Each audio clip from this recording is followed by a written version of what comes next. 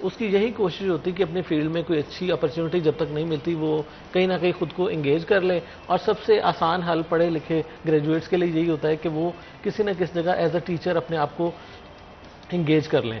اچھا اس میں پھر یہی بات ہوتی ہے کہ اس کا فوکس اپنی اسٹڈی کے ریلیونٹ اور اپنی اگلی فیوچر کے مطابق رہتا ہے, اور وہ صرف ٹائم پاس کے طور پہ اور کتابیں پڑھائی جا رہے ہیں, بچوں کے نمبر آئی جا رہے ہیں 90+ لیکن جو بچوں میں ڈیلیور کرنا ہے, جیسے یہ بہت عام طور پہ ہمارے ہاں کہا جاتا ہے کہ جی پچھلے 10-15 سال سے آپ گزٹ اٹھا کے دیکھ لیں, آپ کو 90% سے ابو بچوں کی بھرمار نظر آئے گی, لیکن ہماری سوسائٹی میں نہ کوئی انوویشن آ رہی ہے, نہ کوئی نئی چیزیں ایجاد ہو رہی ہیں, نہ کچھ آپ کو کوئی آئنسٹائن نیا پاکستان میں کوئی بنتا نظر آ رہا ہے, ٹھیک ہے, نہ کوئی ڈاکٹر عبدالقدیر دوبارہ آپ کو نظر آیا پچھلے اتنے سالوں سے.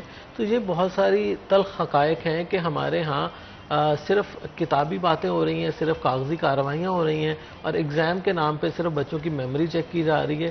باقی اتنی ساری چیزیں کہ بچے انالیٹیکل ہیں نہیں ہیں, ان کی آبزرویشن کیسی ہے, ان کا ایکسپریشن کیسا ہے, کوئی اور چیز چیک نہیں کی جاتی. ہمارا المیہ یہ ہے کہ ہمارے ایگزام سسٹم میں سوائے میموری کے کچھ چیک نہیں کیا جاتا, کوئی کریٹیوٹی چیک نہیں کی جاتی, کوئی بچے کا انٹرسٹ نہیں چیک کیا جاتا. اور یہی وجہ آج کل پھر سے مطلب جیسا پرانا دور تھا, رٹا سسٹم جو ہے اسی کو ترجیح دی. دیکھنا ہمارے میٹرک کی بات کریں, انٹر کی بات کریں, ساری زندگی بچے کی ان 2 ڈگریوں کے بیس پہ ہے, کیونکہ اس کی سلیکشن آگے اس نے ڈاکٹر بننا ہے, انجینئر بننا ہے, کسی اور فیلڈ میں جانا, اس کا میرٹ ہی نہیں 2 ڈگریوں پہ بننا ہے. کہیں بھی آپ کی کو کریکولر ایکٹیویٹیز نہیں ہیں, کہیں پر بچے کی کریٹیوٹی کا کوئی مارکس نہیں ہے کہ وہ بہت اچھا ساتھ ساتھ پڑھائی کے. وہ ہم نے پچھلے دنوں ایک رپورٹ بھی کیا کہ 9th کلاس کی اسٹوڈنٹ تھی, بہت اچھی پینٹنگ کرتی ہے, اس کی تقریباً سینکڑوں اس نے پینٹنگ بنا لی ہیں, لیکن اس کو اکیڈمکلی کوئی فائدہ نہیں ہوگا, کیونکہ ہمارا ایجوکیشن سسٹم ایسا ہے کہ بچے کی ایکسٹرا ایکٹیویٹیز کو یا ایکسٹرا اس کی ہیبٹس کو یا اس کی کچھ صلاحیت کو وہ اس میں شامل نہیں کرتا. تو بہت سارے بچے اور بہت سارے پیرنٹس اس وجہ سے اپنی بہت ساری صلاحیتیں چھپا لیتے ہیں, کیونکہ ان کو فوکس کرنا ہوتا ہے, صرف پڑھائی پر نمبر لینے ہوتے ہیں. اور پیرنٹس بھی کہتا ہے چھوڑو سپورٹس, چھوڑو آپ تقاریر کرنا, چھوڑو شعر و شاعری, چھوڑو ادبی کتابیں پڑھنا, آپ صرف اپنی سلیبس پہ فوکس کرو اور نمبر حاصل کرو تاکہ آپ آگے اچھی جگہ پہ ایڈمیشن لے لو. بالکل ٹھیک کہا آپ نے. تو آپ کو نہیں لگتا کہ گورنمنٹ کو اس کے اوپر کوئی انیشیٹو لینا چاہیے؟ اچھا, گورنمنٹ کو لینا چاہیے انیشیٹو, اور اس حوالے سے یقینی طور پر دیکھیں سوسائٹی, پیرنٹس, یہ بہت ضروری ان کا اپنا مائنڈ سیٹ بھی ہو کہ ہر بچہ ڈاکٹر انجینئر بننے کے لیے پیدا نہیں ہوا, لیکن ہماری سوچ یہ بن چکی ہے کہ بچے کو صرف فورسفلی کتابیں پڑھائیں. اب دیکھیں, میں ہمیشہ یہ کہتا ہوں کہ آپ 9th 10th کا گزٹ اٹھا کے دیکھ لیں, آپ کو 30-40% سپلیاں نظر آئیں گی, اور اس میں سے 90% سے زیادہ صرف اور صرف سائنس کی سپلیاں ہوں گی. بچہ سائنس نہیں پڑھنا چاہتا, اس کو زبردستی سائنس پڑھائی جاتی ہے میٹرک اور انٹر میں, اور اس کا رزلٹ ہوتا ہے کہ سپلیوں کی بھرمار ہوتی ہے. بچہ کیمسٹری میں فیل ہے, فزکس میں فیل ہے, بایو میں فیل ہے, میتھ میں فیل ہے, اور لائنیں لگی ہیں, کیونکہ اس کو زبردستی کہا جا رہا ہے کہ آپ سائنسدان بنو, ڈاکٹر بنو, انجینئر بنو. آپ کو نہیں لگتا کہ کیریئر کاؤنسلرز کا فقدان ہے ہمارے یہاں؟ اچھا, المیہ یہ ہے کہ پنجاب میں ایک بھی سیٹ, ایک بھی کوئی کیریئر کاؤنسلر نام کا کوئی آفیسر نہیں ہے, کوئی کنسیپٹ نہیں ہے. اور جو سی اوز ایجوکیشن کی کانفرنس لاہور میں بلائی جاتی ہے, سیکٹری اسکولز بلاتے ہیں, اس میں آج تک ایجنڈے میں کیریئر کاؤنسلنگ شامل ہی نہیں کیا گیا. اس میں صرف ان کو یہ شامل کرنا ہے کہ اینٹی ڈینگی اپلیکیشن پہ عمل درآمد ہو رہا ہے کہ نہیں ہو رہا. اس میں انہوں نے دیکھنا ہے جناب کہ ہمارے ہر دفعہ وہی باتیں, کمرے ان سے پورے ہو نہیں رہے, لیکن ہر میٹنگ میں انہوں نے ڈسکس کرنا ہے کہ کتنی مسنگ فیسلٹیز ہیں. پچھلے 5 سال سے مسنگ فیسلٹیز بڑھی ہیں, کم نہیں ہوئی, کیونکہ فنڈ تو آئے نہیں. ٹیچرز کی تعداد کم ہوئی ہے, زیادہ نہیں ہوئی, کیونکہ پچھلے 4 سال میں ایک بھی ٹیچر نیا بھرتی نہیں ہوا, جبکہ سینکڑوں نہیں ہزاروں پنجاب میں ٹیچر ریٹائر ہو گئے. صرف فیصل آباد میں 3000 ٹیچر اس 4 سال میں ریٹائر ہوئے ہیں, اور ان کی جگہ ایک بھی نیا ٹیچر نہیں آیا. اس کا مطلب اس وقت فیصل آباد کے سرکاری اسکول میں کم سے کم 5500 ٹیچر کی سیٹیں خالی ہیں. بالکل ٹھیک کہا آپ نے. تو جہانگیر, آپ کو نہیں لگتا کہ گورنمنٹ کو اس پہ سیریسلی سوچنا چاہیے؟ ہم نے اس معاملے کو کئی دفعہ پٹ آؤٹ کیا ہے, لیکن اس کے باوجود بھی جو ہے وہ معاملہ خراب ہوتا ہے. تو حافظ صاحب, کتنا امپورٹنٹ ہے کیریئر کاؤنسلنگ؟ سر, اتنا امپورٹنٹ ہے. آپ دیکھیں, میں گورنمنٹ سیکٹر سے بلانگ کرتا ہوں, اور اگر آپ 10th کے وہ بچے جو ابھی پیپر دے کے گئے ہیں, ان کو آپ ایک ہی سوال کر لیں کہ آپ کا آبجیکٹو کیا ہے لائف میں, تو میرا یہ ریسرچ کہہ لیں, یا میں نے جو ان کو پوچھا ہے, سوال کیے اور پوچھا ہے, 90% تو خاموش رہیں گے, ان کو پتہ ہی نہیں. 10% میں سے کچھ بچے ایسے ہوں گے جو مبہم سا جواب دے دیں گے کچھ, لیکن کلیئر نہیں ہوں گے. 2-4% ایسے ہوں گے جنہوں نے اپنا ویژن کو بنایا ہوگا, کوئی ٹارگٹ رکھا ہوگا, اس کے پیچھے ان کی کوئی آئیڈیل پرسنالٹی ہوگی فیملی میں سے یا ٹیچرز میں سے, کچھ ایسا ان کو ماحول مل گیا جس کی وجہ سے وہ اس طرف آ گئے کہ انہیں کلیئر پتا ہے کہ میں نے کیا بننا ہے. کیریئر کاؤنسلر تو پرائمری سے, اگر ہر سکول میں ایک ہو تو پرائمری سے وہ بچے کی ایکٹیویٹیز کو آبزرو کرے اور پرائمری لیول سے اس کو لے کے جائے. جیسے جہانگیر نے کہا آرٹسٹ ہے بچی, تو اگر کسی کے مارکس کسی سبجیکٹس میں اچھے نہیں آتے تو یہ جو پاکستان میں ایک ٹرینڈ ہے نا کہ وہ اس کو یہ سمجھ لینا کہ وہ نالائق ہے, یہ ہماری بدقسمتی ہے. اگر کسی کو فزکس, میتھ, انگلش کسی کی ویک ہے تو وہ نالائق نہیں ہے. ہو سکتا ہے وہ پلیئر بہت اچھا ہو, آرٹسٹ بہت اچھا ہو, وہ کریٹیو ہو کسی چیز میں. کریٹیوٹی تو ہے ہی کہیں نہیں نا. اور ہم بدقسمتی سے پچھلے 100 سال میں اقبال علیہ رحمہ کا ایک شعر بھی پرانا نہیں کر سکے کہ تھا وہ واقعی مسائل تھے تب, اب نہیں ہے. وہ انہوں نے کہا نا, اٹھا میں مدرسہ و خانقاہ سے غمناک, نہ زندگی نہ محبت نہ معرفت نہ نگاہ. آج بھی وہی چیز ہے کہ ہمیں وہ مولوی میر حسن کہیں نہیں ملتا جو کیریئر کاؤنسلر بھی ہو, ٹیچر بھی ہو اور بچے کے اندر چھپی ہوئی خوابیدہ صلاحیتوں کو دیکھ بھی لے اور ان کو پالش بھی کرے. تو کیریئر کاؤنسلر تو ہر سکول کی ضرورت ہے ایک مستقل سیٹ کے طور پر. بالکل ٹھیک کہا آپ نے. تو اس کو اب گورنمنٹ لیول پہ کیسے پٹ آؤٹ کیا جائے, کیسے ان کے ذہن میں یہ چیز ڈالی جائے؟ ان کے بھی تو کچھ تھنک ٹینکس ہوتے ہیں نا جو چیزوں کو امپلیمنٹ کرتے ہیں. بات پریورٹیز کی ہے جی. جس طرح ڈینگی اور باقی سارے معاملات کو انہوں نے پٹ آؤٹ کیا ہوا ہے, یہ ساری دنیا اب ایک گلوبل ولیج ہے, انٹر لنکڈ ہے. انہیں پتہ نہیں کہ پریورٹیز کیا ہیں, دنیا کیسے قومیں ترقی کرتی ہیں, کون سے میجرز ہیں, کون سے ایس او پیز ہیں جو ہمیں اڈاپٹ کرنے چاہیے. تو گورنمنٹ کو وہ جو کوشش بھی کرتے ہیں لیکن دعوے بھی کرتے ہیں کہ تاریخ میں پہلی مرتبہ یہ ہوا, وہ مراد راز صاحب نے بہت سارے انیشیٹ لیے, لیکن اس طرف کوئی نہیں آتا. ان کو پتہ ہر چیز کا ہے لیکن ان کو آنے نہیں دیا جاتا یا خود نہیں آتے. کیا چکر ہے, کیا وجوہات ہیں, اس پہ مزید گفتگو کریں گے لیکن ایک چھوٹی سی بریک کے بعد دوبارہ حاضر ہوتے ہیں. آپ نے کہیں نہیں جانا, ہمارے ساتھ رہنا.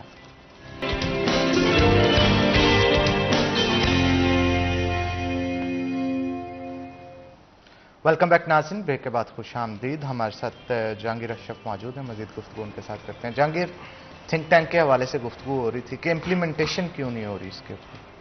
اچھا نا, دیکھیں تھنک ٹینک کی اگر بات کریں تو ہمارے ہاں جتنے بھی آئیڈیالوجیز اور تھیوریز اور یہ ساری چیزیں لی جا رہی ہیں نا ایجوکیشن میں, یہ ساری باہر سے لی جا رہی ہیں. اپنے ایکسپرٹ سے تو پوچھتے نہیں ہیں, اپنے ایجوکیشنسٹ سے پوچھتے نہیں ہیں.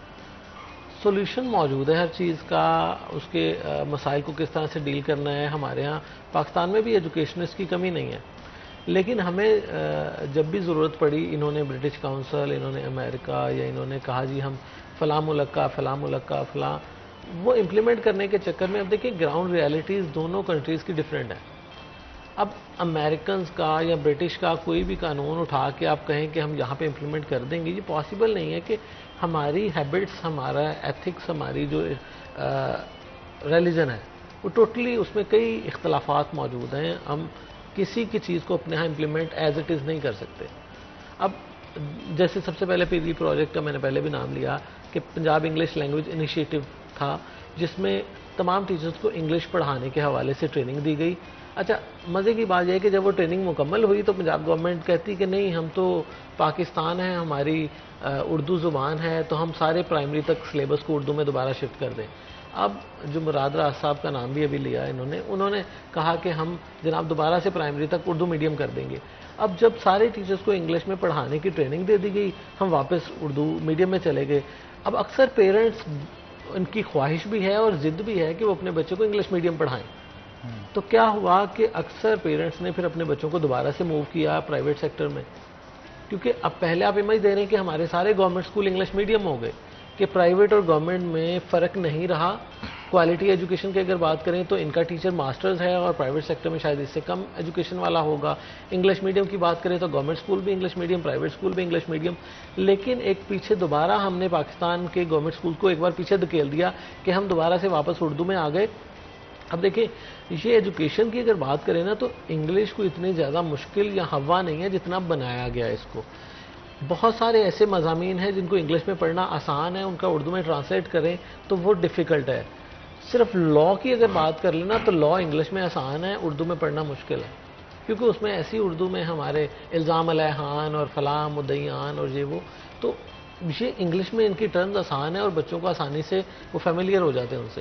تو بہت سارے ایسے سبجیکٹ بھی جیسے فزکس، کیمسٹری، بایو، یہ دیکھیے پوری دنیا میں جو رائج ہے انگلش کے ان کی ٹرمز، اس کو آپ اردو میں ٹرانسلیٹ کریں گے تو آپ پوری دنیا سے بعد میں جب کمپیٹ کرنا ہے تو پھر وہی آپ صرف ایگزام کے لیے رٹا سسٹم تک رہ جائیں گے. آپ کی انڈرسٹینڈنگ اس میں کم سے کم ہوتی جائے گی اور آپ اس میں کوئی نئی چیز اپنا آئیڈیا فلوٹ نہیں کر سکیں گے، انڈرسٹینڈنگ آپ کی کم ہوگی. لیکن اس میں سین یہ ہے نا جہانگیر کہ جیسے آپ سائنس کی، کیمسٹری کی، بایو کی، ان ٹرمز کی بات کر رہے ہیں، یہ زیادہ تر جو امپیکٹ فیکٹر کے پیپر پبلش ہوتے ہیں یہ زیادہ تر آپ نے دیکھا ہوگا کہ باہر کی یونیورسٹیز کے اندر، کیونکہ 500 قدیم ترین یونیورسٹی کو دیکھا جائے ان کے امپیکٹ فیکٹرز بہت ہائی ہوتے ہیں. جو پیپرز پبلش کیے جاتے ہیں چاہے وہ کسی بھی جرنل کے اندر، سائنس کے اندر کیا جائے، بایو ٹیک میں کیا جائے، بایو کیمسٹری میں کیا جائے، فزکس میں کیا جائے یا پھر کسی بھی چیز میں. اب جب کیے ان کی طرف سے زیادہ جاتے ہیں، ان کی طرف سے پبلش کیے گئے پیپرز کو ہم پڑھ پڑھ کے اپنی ایم فل، اپنی پی ایچ ڈی کے تھیسس پورے کرتے ہیں، تو ہم کس طرح سے کہہ سکتے ہیں کہ ہم اپنی زبان کو رائنج جو ہے وہ کریں؟ اگر ہم زیادہ امپیکٹ فیکٹر کے پیپرز خود سے ہمارے ہاں اتنے اچھے سائنٹسٹ آ جائیں گے کہ ہم ایسی تخلیق کر دیں کہ دنیا مجبور ہو جائے اس کو پڑھے بغیر ان کا گزارا نہ ہو. جیسے ڈی این اے کو ایکسٹریکٹ کرنے کے لیے یا بایو کیمسٹری کے بہت سارے فارمولاز کو بنانے کے لیے وہ انہوں نے بنائے، تو انہوں نے اپنی زبان میں آپ کی اپنی بات سے ہی ثابت ہے کہ ہم اپنی زبان کی بجائے کیوں نہ ان کی زبان کو یوز کر کے ان کی پوری دنیا کے ساتھ اپنے آپ کو ملائیں. اگر ہم اردو میں کریں گے کچھ بھی تو وہ کسی اور کو سمجھ نہیں آئے گا، اس کو پھر ٹرانسلیٹ کرنا پڑے گا. لوگوں نے ہم تک نہیں پہنچنا، ہم نے لوگوں کے سٹینڈرڈ تک پہنچنا ہے. پوری دنیا میں المیہ یہ ہے کہ ہم بہت نیچے ہیں، ہم نے اوپر جانا ہے، ہم نے ان کو نیچے نہیں لے کے آنا. اب دیکھیں جعفر بن حیان تھے یا ایسے جو بڑے سائنٹسٹ تھے جو پرانے دور کے اندر پاکستان کہہ رہا ہوں برصغیر کے اندر موجود تھے یا مسلم دنیا کے جو تھے، انہوں نے نام بنایا، اپنی بکس بھی لکھی، لیکن ان بکس سے الٹیمیٹلی فائدہ کنہوں نے اٹھایا؟ کیا ہم اس سے آگے بڑھ سکے؟ جو وہ چھوڑ کے گئے تھے اس سے آگے بڑھ سکے؟ یہی بات ہے نا کہ لینگویج پہ عبور نہ ہونے کی وجہ سے ہم اگر سارا بچے کا براٹ اپ کریں گے اردو میڈیم میں، جب اسے کمپیٹ کرنے کا وقت آئے گا وہ بیچارہ انگلش میں ایکسپریس ہی نہیں کر پائے گا اپنے آپ کو. اب دیکھیں اردو بولنے میں یا اردو لکھنے میں یا اردو سبجیکٹ پڑھنے میں اس میں کوئی نہیں روکتا اس کو، لیکن ہمیں انگلش جتنی زیادہ لینگویج ہوں گی نا ہمارا مائنڈ اتنا زیادہ اچھے انداز سے کام کرے گا. یہ سائنس بھی کہتی ہے کہ آپ کو اگر 3 سے زیادہ زبانیں آتی ہیں تو آپ کا جتنی زیادہ لینگویجز ایڈ آن ہوتی جائیں گی آپ کا دماغ جو ہے وہ زیادہ ایکٹیو ہوتا جائے گا، اس کا آؤٹ پٹ زیادہ بہتر ہوگا. کیونکہ آپ نے بھی سنا ہوگا کچھ ایسے لوگ ہیں جن کو 5-6 زبانیں اگر آتی ہیں تو وہ بڑے شارپ مائنڈڈ بھی ہوتے ہیں. اس طرح سے جتنے جو بھی لوگ ہوں تو آپ کی جو لینگویج، اس کا مطلب کہ آپ کو مختلف زبانوں میں عبور ہونے سے آپ اتنے زیادہ کمیونٹیز سے انٹریکٹ کر سکتے ہیں، اپنا میسج ان کو کنوے کر سکتے ہیں. آپ جتنی مرضی آپ اردو میں تقاریر کر لیں کسی کو کیا فرق پڑے گا. اس کے پیچھے سائنس یہ بھی ہوتی ہے نا جہانگیر کہ جب آپ بہت ساری لینگویجز کو سیکھتے ہیں تو آپ کا برین ایکٹیو ہوتا ہے، آپ بہت سارے سیلز کو کریک کرتے ہیں، کریک کرنے کے بعد ان کو حفظ کرتے ہیں، حفظ کرنے کے بعد ان چیزوں کو کہاں پہ کس طرح سے بولنا ہے یہ تمام چیزیں سیکھتے ہیں. تو جتنا دماغ واحد ایسی چیز ہوتا ہے اس کو جتنا استعمال کیا جائے اتنا بہتر ہوتا ہے. تو آپ جناب اس حوالے سے کیا کہیں گے؟ یہ جو ہمارے ہاں بچوں کو ٹریننگز دی جاتی ہیں یا جس طرح سے پڑھایا جاتا ہے اس میں سب سے بیسک نیڈ کیا ہے؟ کس چیز کی چینج کی ضرورت ہے؟ دیکھیں میں جس طرح قائد کا ذکر ہوا فیصل آباد کا، قائد کا ماسٹر ٹرینر بھی رہا ہوں اور ایس این سی جو 2 سال پہلے گورنمنٹ نے شروع کیا تھا اس پہ ہم نے ہزاروں ٹیچرز کو ٹریننگ بھی کروائی ہیں. بچوں کو جس چیز کی ضرورت ہے وہ ہے ایک فوکس کرنا اپنے فیوچر کے آبجیکٹو پہ. ہماری ایک بدقسمتی حنان صاحب یہ بھی ہے کہ جو ایڈوانس کنٹریز ہیں انہوں نے پرانے سارے گولز اچیو کر کے اگلی آبجیکٹو سیٹ کر کے اس پہ کام شروع کر دیا ہے اور ہم ابھی کرکٹ کی طرح ایجوکیشن میں تجربے کر رہے ہیں. کبھی پیک آ گیا کبھی اس کو ختم کر دیا، کبھی ایس این سی آ گیا کبھی اس کو پھر اڑا دیا، کبھی ہم کچھ لے آتے ہیں کبھی کچھ، کبھی اردو میڈیم کبھی انگلش میڈیم. اب ہم اس 2023 میں بیٹھ کے بھی ابھی فائنل ہم ڈیسیجن نہیں کر سکے ہم نے گولز کیا اچیو کرنے ہیں. تو جب بچہ کنفیوز ہوگا، اب جو گورنمنٹ کتابیں دے رہی ہے اسکولز میں، فری بکس دے رہی ہے، وہ سائنس کی بک ساری دے رہی ہے انگلش میں، اور بے شمار سکولز ہیں گورنمنٹ کے جہاں بچوں کو اردو کی بکس خریدنی پڑتی ہیں، وہ اردو انگلش میڈیم میں چل ہی نہیں سکتے. ایسا نہیں کہ ٹیچر پڑھانے پہ راضی نہیں ہے، بچے نہیں چلتے، وہ کتابیں لاکھوں کروڑوں روپے کی سر پڑھی رہتی ہیں، بچے مارکیٹ سے اردو کی کتابیں اٹھاتے ہیں، ان کو پڑھ کے پاسنگ مارکس وہی 33% ہے ہمارے 150-200 سال پرانے۔ بچے کی جو ضرورت ہے وہ ستاروں پہ کمند کب ڈالے گا؟ جب اس کو سائنس، جب اس کو دین، ان چیزوں کو ریلیونٹ کر کے، جو آپ نے پوچھا نا کیا چاہیے بچے کو، تو ہمارے ہاں دین اور دنیا کی جو تقسیم کر دی گئی ہے یہی غلط ہے۔ دین میں تو یہ تقسیم ہے ہی نہیں، دین میں تو ہے دنیا اور آخرت۔ دینی تعلیم اور دنیاوی تعلیم کا کنسپٹ ہمارا سیلف کریٹڈ ہے اور غلط ہے۔ آج آپ کا جو پائلٹ ہے، انجینئر ہے، ڈاکٹر ہے، وہ پروفیسر ہے، وہ کسی بھی شعبہ زندگی سے تعلق رکھتا ہے، اس کو قرآن کریم کیوں نہیں آتا؟ اس کو اگر فرض کریں سفر میں ہی کوئی 2 رکعت پڑھانا پڑ جائیں تو وہ ہیزیٹیٹ کیوں کرتا ہے؟ وہ دین کا بھی اتنا ہی نالج اس کے پاس ہونا چاہیے لازمی۔ جیسے اب شروع ہوا ہے ترجمۃ القرآن اور کچھ چیزیں اچھی ایڈ ہوئی ہیں، تو اسی طرح اگر کوئی عالم ہے تفسیر کا، حدیث کا، تو وہ سائنس کو بھی اتنا ہی جانتا ہو، یا اس کا حامی تو ہو کم از کم، سائنس کو، انوویشنز کا جاننے والا ہو، تاکہ اس کے بچے جہاں دین سیکھیں، حدیث اور تفسیر کی نئے نئے منطق سیکھیں، وہاں وہ ہواؤں میں اڑنے اور خلا کو تسخیر کرنے والے بھی بنے۔ یہ بچے کی ضرورت ہے، لیکن ابھی ہمارے ہاں تو ایکسپیریمنٹس ہو رہے ہیں۔ بالکل آپ نے ٹھیک کہا۔ یہ ایکسپیریمنٹس جو ہیں کتنے نقصان دہ ہیں بچوں کے؟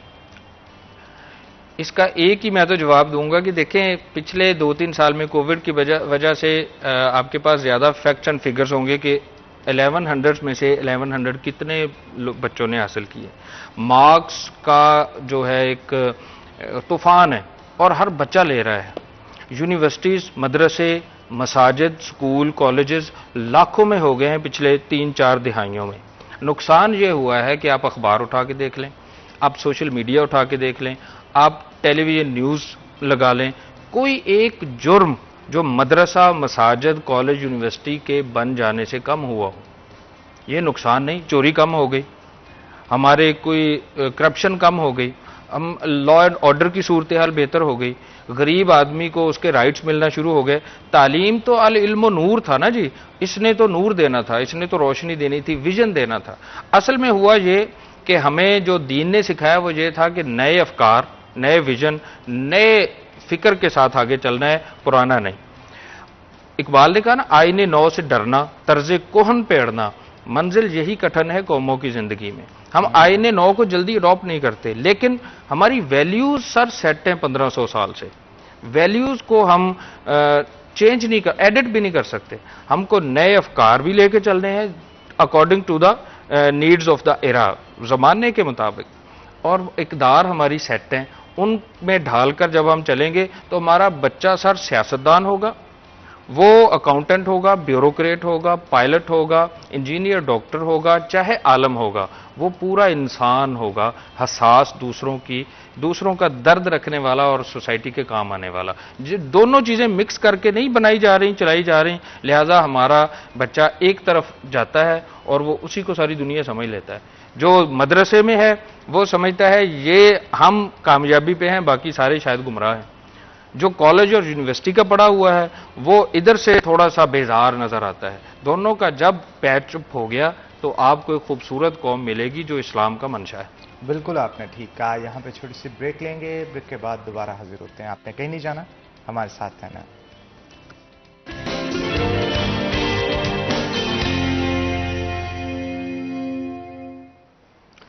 ویلکم بیک ناظرین، بریک کے بعد خوش آمدید۔ ہمارے ساتھ جہانگیر اشرف موجود ہے، مزید گفتگو ان کے ساتھ کرتے ہیں۔ جہانگیر، فی الفور کن چیزوں کی تبدیلی کی ضرورت ہے ہمارے ایجوکیشن سسٹم کے اندر؟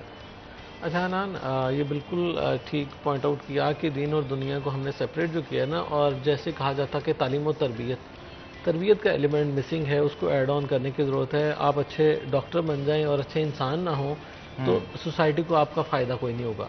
میں مطلب پہلے بھی اس چیز کا ہوں حامی کہ آپ بچوں کو ڈاکٹر بنا کر اس کے مائنڈ میں کہتے کہ آپ نے انسانیت کی خدمت کرنی ہے، لیکن وہ MBBS کرتے کرتے وہ انسانیت کی خدمت کا جذبہ جو کہہ کر آپ MBBS میں وہ کہاں چلا جاتا ہے۔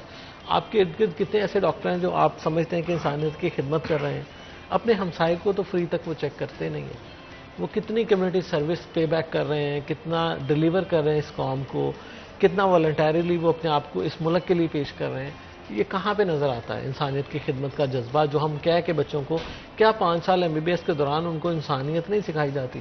کیا صرف انہیں آپریٹ کرنا اور ان کے لیے وہ ایک باڈی جو ہے وہ بے جان اور ایک ٹیسٹ کے لیے ہوتی کہ آپ جس کو مرضی وہ آپ کے لیے ایک ایکسپیریمنٹ کے لیے باڈی سامنے موجود ہے, آپ نے اس پہ ٹیسٹ کرنے ہیں. آپ انسانیت کو ختم کر کے اس کو صرف پیسہ پیسہ پیسے کی دوڑ جو ہے اس میں اتنا انگیج کر دیا تمام شعبہ جات میں. یہ صرف ڈاکٹری کی بات نہیں ہے, ہر جو آپ کی فیلڈ ہے اس میں آپ کو پیسے کے پیچھے اتنا بگاد گیا ہے کہ آپ کی انسانیت بہت پیچھے رہ جاتی ہے اور آپ صرف پیسے کی لالچ میں ہر کام کرنے کو تیار ہو جاتے ہیں. جب تک اچھے انسان نہیں ہوں گے سوسائٹی میں جو چینج ہے پازیٹیو وہ نہیں آئے گی. کرپشن بھی پھر ہی ختم ہوگی, 2 نمبریاں پھر ختم ہوں گی, جھوٹ پھر ختم ہوگا. جتنی بھی برائیاں کہہ لیں وہ اسی لیے ہیں کہ ہم پیسے کے پیچھے بھاگ رہے ہیں. ہم نے اچھے انسان بنانے کی بجائے صرف ڈگریاں بانٹی ہیں, اچھے نمبر دیے ہیں. ڈاکٹر, انجینئر, جو مرضی فیلڈ آپ دیکھ لیں اس میں ایکسپرٹس بہت زیادہ ہوں گے, لیکن انسانیت کتنے لوگوں میں ہے وہ کوئی پیرامیٹر سیٹ کر لیں یا کوئی سروے کروا کے دیکھ لیں تو مایوس کن رزلٹ آئیں گے. اس مایوسی کو اب دور بھی تو کرنا ہے نا. تو اسی لیے میں کہہ رہا ہوں کہ تربیت کا ایلیمنٹ, چاہے وہ MBBS کر رہا ہو بچہ, اس کو سوشالوجی میں کہتا ہوں پڑھائیں, MBBS والے کو بھی پڑھائیں, وکیل کو بھی پڑھائیں. سوشل سائنسز جو ہے نا وہ انسان کو یا اس کو لٹریچر پڑھائیں ہر فیلڈ میں.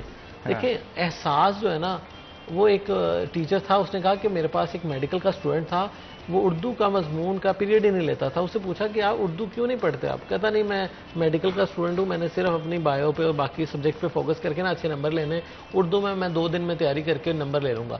وہ کہتا ہے لیکن آپ نمبر لے لو گے لیکن آپ کو پانی اور آنسو کا جو فرق ہے نا وہ نہیں پتہ چلے گا جب تک آپ اردو نہیں پڑھو گے.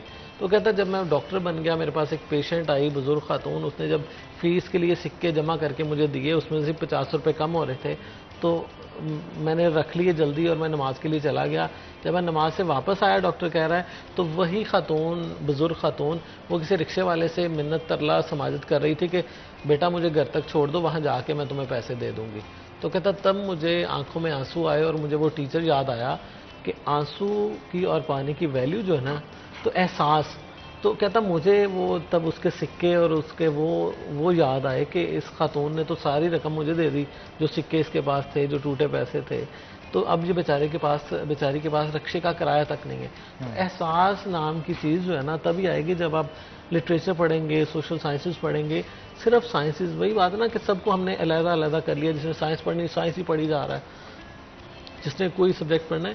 ہمارے ہاں مکسچر کی ضرورت ہے کہ آپ اچھے انسان بھی ہوں, کوئی بھی اچھا پروفیشن ہے اس کے ساتھ ساتھ آپ اچھے انسان بھی ہوں. ایجوکیشن جیسے تعلیمی اداروں کی بات کی کہ ان کی تعداد بڑھی ہے, لیکن سوسائٹی میں نہ تو آپ کی کرپشن کم ہوئی ہے, نہ آپ کی چوری ڈکیتی کم ہوئی ہے, نہ بلکہ مایوسیاں بڑھی ہیں, خودکشیوں کے واقعات بڑھے ہیں, مایوسی بڑھی ہے, بے روزگاری بڑھی ہے. ہر چیز جو سیگمنٹ میں نیگیٹیوٹی ہے وہ بڑھ رہی ہے کیونکہ ہم نے سوسائٹی کو ایجوکیشن کے اداروں سے پازیٹیو ڈیلیور نہیں کیا. ہم نے صرف ڈگریاں بانٹی ہیں, ہم نے صرف کاغذ کے ٹکڑے لوگوں کو دیے ہیں اور جھوٹی امیدیں دی ہیں. کیونکہ ہم یونیورسٹی سے جو بھی اسٹوڈنٹ نکلتا ہے ہم اس کو اتنا زیادہ سبز باغ دکھا دیتے ہیں کہ وہ کہتا ہے کہ شاید مجھے یونیورسٹی سے نکلتے ہی گھومنے والی چیئر ملے گی اور اچھا خاصا بینک بیلنس مل جائے گا اور راتوں رات میں افسر بن جاؤں گا. یہ ہم سہانے خواب دکھا کے یونیورسٹی سے نکالتے ہیں اور بعد میں اس بچے کو جب دھکے ملتے ہیں سوسائٹی میں جا کے تو خودکشیاں بھی ہوتی ہیں, مایوسی بھی ہوتی ہے, بے روزگاری بھی ہوتی ہے, کیونکہ وہ کم پہ یا سٹارٹ کرنے پہ رضامند نہیں ہوتا, وہ انیشیٹ لینے پہ رضامند نہیں ہوتا. وہ کہتا مجھے پہلے دن سے ہی سیلری مل جائے. اس سے پہلے بات ہوئی ٹریننگ پہ کہ بغیر کسی کام کے کوئی آپ کو کیسے سیلری دے دے. آپ کو کوئی ہے ایسا ہنر آپ کے پاس جو آپ کسی کو دے سکیں اور وہ آپ کو سیلری دے؟ مطلب میں کسی کو جاب پہ کیوں رکھوں گا اگر اس کے پاس کوئی اسکل ہی نہیں ہے؟